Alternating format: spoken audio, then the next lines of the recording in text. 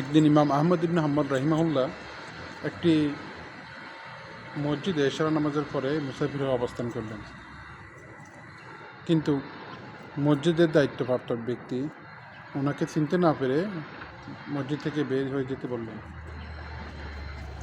এরপরে ইমাম আহমদ ইবনে হাম্বল রাহিমাহুল্লাহ হাঁটতে হাঁটতে একটি বাজার দেখতে পেলেন। বাজারে যাওয়ার পর দেখতে পেলেন সব দোকান বন্ধ, শুধুমাত্র একটি দোকান খোলা আছে।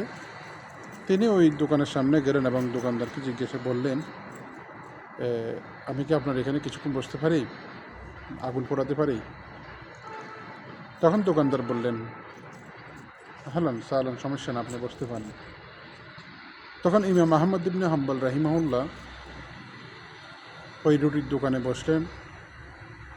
রুটির দোকানে বসার পর তিনি দেখতে পেলেন রুটির দোকানদার যখন রুটিটি বানাচ্ছেন তখন বলতেছেন আস্তাগফিরুল্লাহ, রুটি যখন সেকা দিচ্ছেন তখন বলতেছেন আস্তাগফিরুল্লাহ, এবং রুটিটি যখন কাস্টমারকে সার্ভ করতেছেন তখনও বলতেছেন আস্তাগফিরুল্লাহ।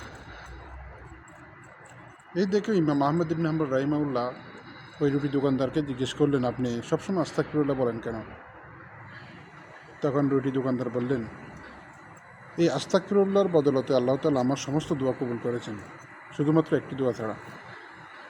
তখন ইমাম আহমদ ইবনে হাম্বল রাহিমাহুল্লাহ বললেন, সেই দোয়াটি কি? তখন ওই রুটি দোকানদারটি বললেন, আমার ইচ্ছা এই জমানার সবচেয়ে বড় মুহাদ্দিস ইমাম আহমদ ইবনে হাম্বলকে একবার দেখা। তখন ইমাম আহমদ ইবনে হাম্বল রাহিমাহুল্লাহ চোখ দিয়ে পানি পড়তে লাগলেন এবং সাথে সাথে বলতে লাগলেন, তোমার এই দোয়াটি আল্লাহ তাআলা কবুল করেছে। তোমাকে ইমাম আহমদ ইবনে হাম্বল রাহিমাহুল্লাহর বাড়িতে যেতে হয়নি, ইমাম আহমদ ইবনে হাম্বল রাহিমাহুল্লাহ আপনার দরজা হাজির।